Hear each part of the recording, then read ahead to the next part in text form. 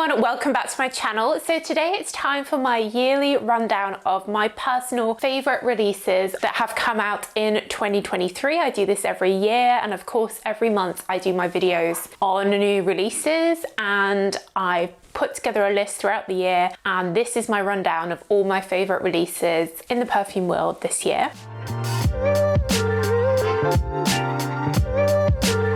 If you are new here, then hello and welcome. I'm all about perfume. I have hundreds and hundreds of videos, I think actually over 1,000 now, and all the ones I talk about in this video, I have detailed videos on them, their ranges, along with my blog, SokiLondon.com, that has detailed articles on whole ranges and perfume notes as well. So do check them all out. And if you're a regular viewer, do make sure you're subscribed and give the video a thumbs up. That really helps me. And down below in the description box, I'll leave the links to where you can buy all these perfumes I talk about all around the world, where they're available, along with where you can get my fragrances, Empress Aphrodite, and my super concentrated soy wax candles. 2023 was of course the year that I released my second fragrance, Aphrodite, which is a tropical mango, palm leaf, lotus flower fragrance, super concentrated 30% fragrance oil, so really good for lasting. I've been loving seeing all your videos and reviews and everything, so do keep tagging me, and of course these are available with worldwide shipping on my website, SokiLondon.com. Cool, so I think I'll start with a few sandalwood fragrances that have come out this year. So first up we have the newest release from Kenzo in their Flower by Kenzo range, and it's called Kenzo Flower Ikebana. Kenzo Flower has been around for maybe over 20 years, and it's a classic sort of powdery floral fragrance. I really liked this new version, Ikebana, which is all about cherry blossom, but the actual main note is sandalwood, and it's very different to original Flower by Kenzo. So this actually uses a lot of tuberose, which for me comes across much stronger than the cherry blossom in here. And then the sandalwood note in the base creates quite a creamy undertone.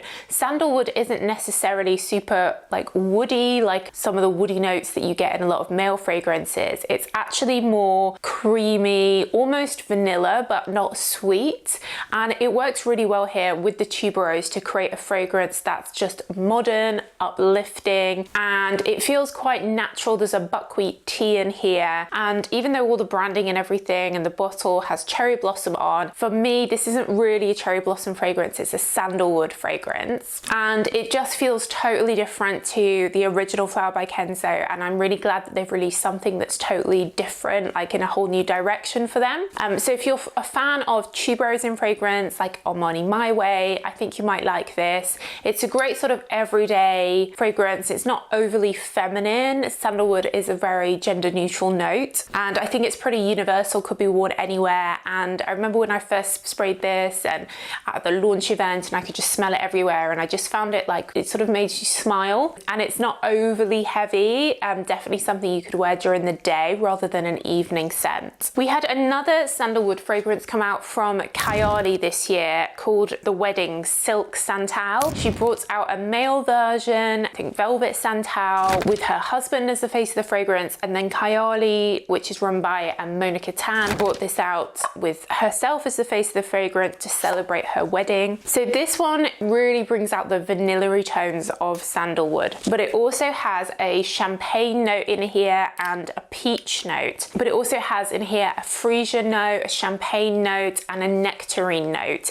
So it feels slightly fruity, but it's mainly this sandalwood and vanilla with sort of orange blossom nectarine that really lift the fragrance and make it quite feminine. I find that Kayali fragrances last really well, and it has a lot of depth and layers to this. It really does evolve and reveals that sandalwood as it dries down. I love orange blossom in perfumes. It's one of my favorite notes, and mixed here with the nectarine, it just makes it quite sort of moorish and tasty, and I definitely get that champagne, that sparkling, you know, celebratory wedding vibe in here as well, but it's definitely got some real power to it. Often like wedding fragrances can be very light, very pretty and feminine, whereas this one's really got something about it. I'm not sure if these are limited editions or whether they'll be permanent to her collection, but it's definitely my favorite of her, all the different new ones that she's released this year. Another great new release that has great lasting power is Lancome Idol Now. now. This is the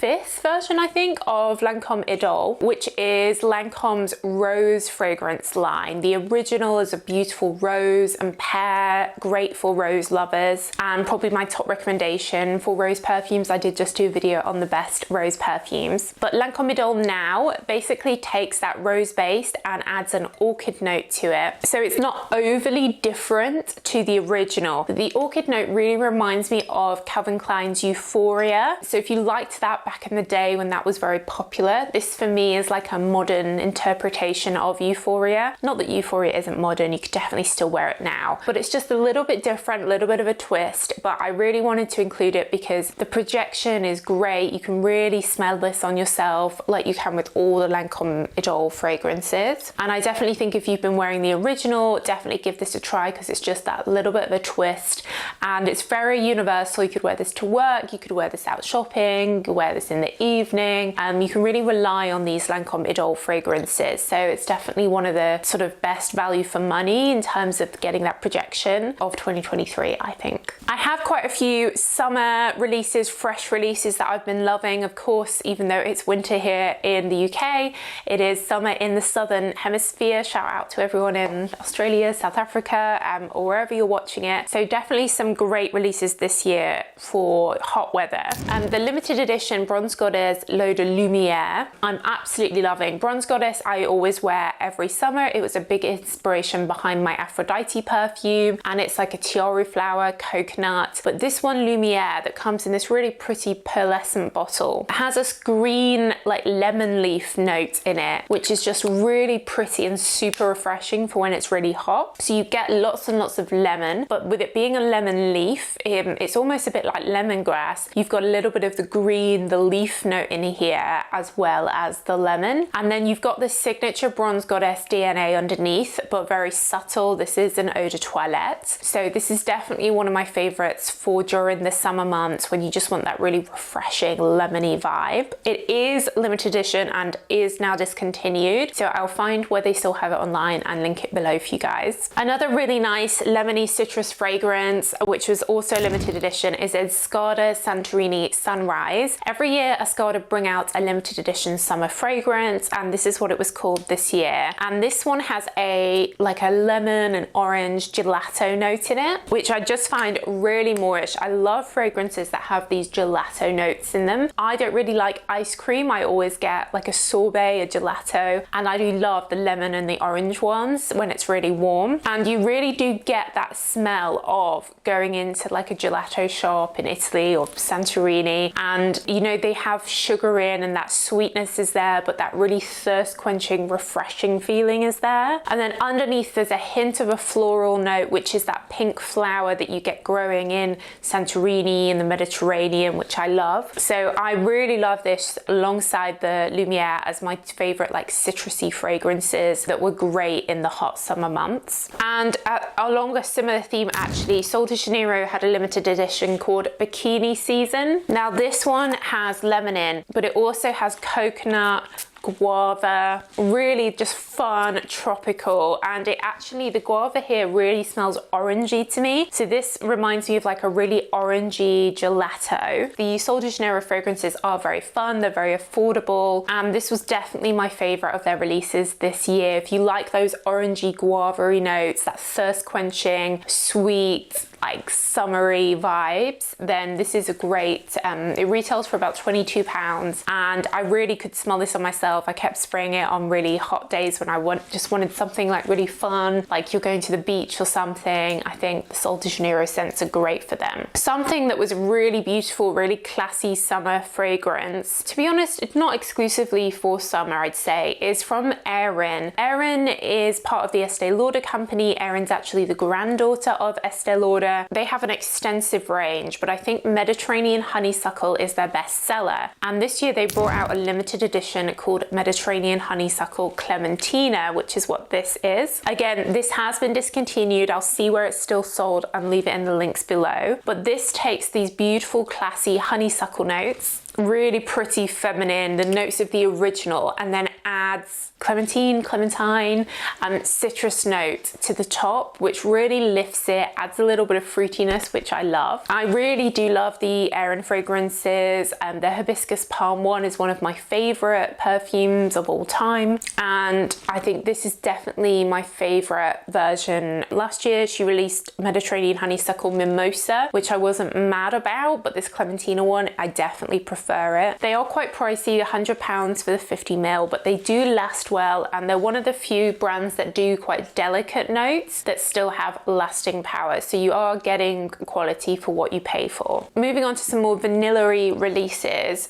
Black Opium Le Parfum came out I think in January of this year, so it's been almost a year. This version of Black Opium, it has become my favorite version of Black Opium. The original is very bright and strong and very much like a party fragrance. I found that the Le Parfum to be a little bit more subtle, a little bit more refined. It does have a coffee note in, which the original is famous for, but what you get is a very soft vanilla. They used something called a solar note, which is meant to recreate the feeling of sun on your skin, quite warm, sensual, and it sort of takes away the sweetness of the vanilla and makes it more creamy and soft. And I thought that was really interesting. It's one of those fragrances you've not really smelt before and you want to keep smelling it, and definitely something that I'd say you could wear during the day, whereas original Black Opium for me is more of an evening scent. You can tell that it's the Le Parfum because it has this smooth bottle, which I actually really love as well. I do have, of course, my article going through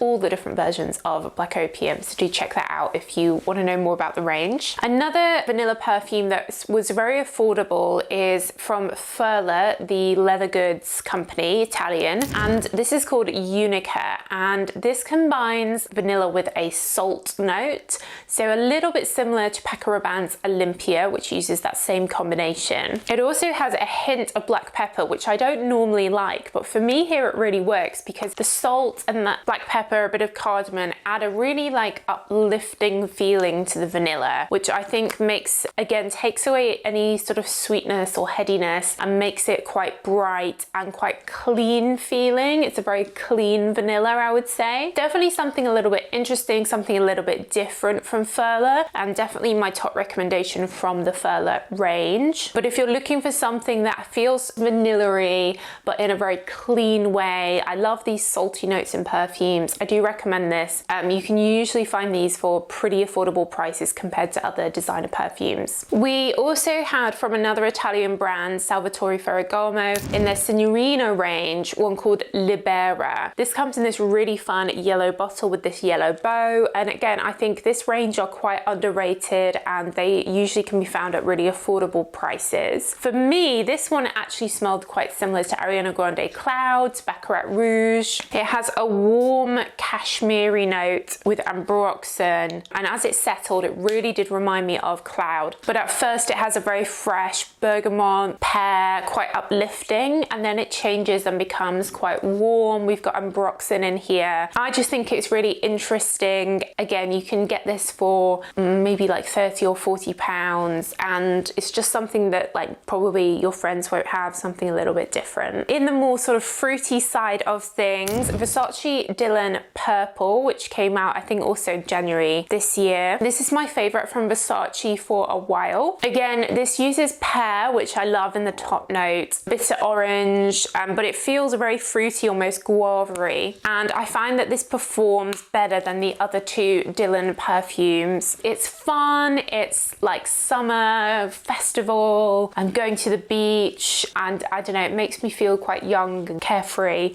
And if you like that sort of fruity fun, fruity floral, quite sort of trendy young fragrance, I think this was one of the best from this year. I also really like this new one from DKNY called Be Delicious Orchard Street. So this has the signature apple apple note of the original Be Delicious famous apple perfume, but it has a raspberry note added in as well, which just adds to the fruitiness. And I get jasmine with a bit of cedar wood and also even a hint of leather. So for me, it's a little bit more grown up. It still has that fun apple and the raspberry, but then as it settles, it becomes a little bit more complex, a little bit more interesting, and definitely one of the more interesting ones I've seen from Be Delicious from DKNY for a while. So if you're a fan of the original, I think you will like this, but it's just got a little bit more going on, a little bit more changing notes, and I really like that raspberry addition. In the sort of fresh fragrance world, Issey Miyake released a Drop to Issey Essentielle. Comes in this green water drop. This is the third version of a Drop to Issey, and I think it's my favorite. It's incredibly aquatic, so it feels very refreshing, watery, but what I love about it is that it really lasts well. A lot of these aquatic fragrances don't really last, whereas I found that these Drop to Issey ones do. This one does still have a little bit of that lilac flower in, but I really do get the aquatic notes as well. Obviously a very unique bottle. I always find that the quality of Issey Miyake fragrances are really great, and this is probably my top recommendation at the moment for an aquatic fragrance. If you're looking for a very fresh floral and very sort of feminine girly floral, then Ellis Brooklyn's Florist fragrance is a really pretty feeling of walking into a flower shop. You get a lot of bergamot and fresh vibes in the top note before it develops into reveal like a gardenia, honeysuckle, jasmine, tuberose, a whole bouquet of white florals. But that bergamot note really stays throughout and really lifts it. It's not a heavy fragrance. It's definitely one for fans of lighter, fresher scents, but it's really pretty. And for me, this is the type of scent that I would expect to see from like a Miss Dior version, kind of like a blooming bouquet. It's really pretty and feels classy, and I think this is probably better for warmer weather because of it being so light. And then finally, I have two that are a little bit more autumn winter. So we got the fourth version of the Valentino Donna Born in Roma perfumes. This is called Born in Roma Intense, and this is probably my favorite out of them. It has, again, quite a lot of vanilla in, but it's deep, ambery, and quite mysterious, and I found it performed really well for me. It still has a very feminine jasmine heart, but by adding in that sort of ambery vanilla, it helps it project and last better than the original Born in Roma. So often when brands release intense versions of fragrances, they're just like a different smell, whereas for me, this is actually like Born in Roma, but more intense, which is good because it means it lasts better. So I do recommend this over the original Born in Roma for sure. And then lastly, a new one from Chloe in their Nomad range. The previous versions of Nomad really focused on an oak moss note. This new one called Nomad Jasmine Natural Intense has a really interesting date note in. So it's got a fruity date, which is warm and cozy, and it really works well with the jasmine note. We've got a little bit of Mirabelle Plum, which again, like a date, is a very autumnal fragrance note. And then a sort of sandalwood base. It really does remind me of walking through like a souk where they're selling a lot of dates, you know, that sort of sweet but warm feeling. And definitely one for this time of year when it's getting quite cold and you want something quite cozy. I think this is definitely my favorite from Chloe out of all their perfumes, the new Jasmine Natural Intense. Cool, so those are my favorite perfume releases of the year. Let me know what your favorite has been this year. What else would you add to this list? Have you been enjoying my Aphrodite? Do let me know in the comments, and which one is your favorite as well. I do read all your comments. But that's it, guys. So thanks so much for watching as always, and I will see you in the next video. Bye.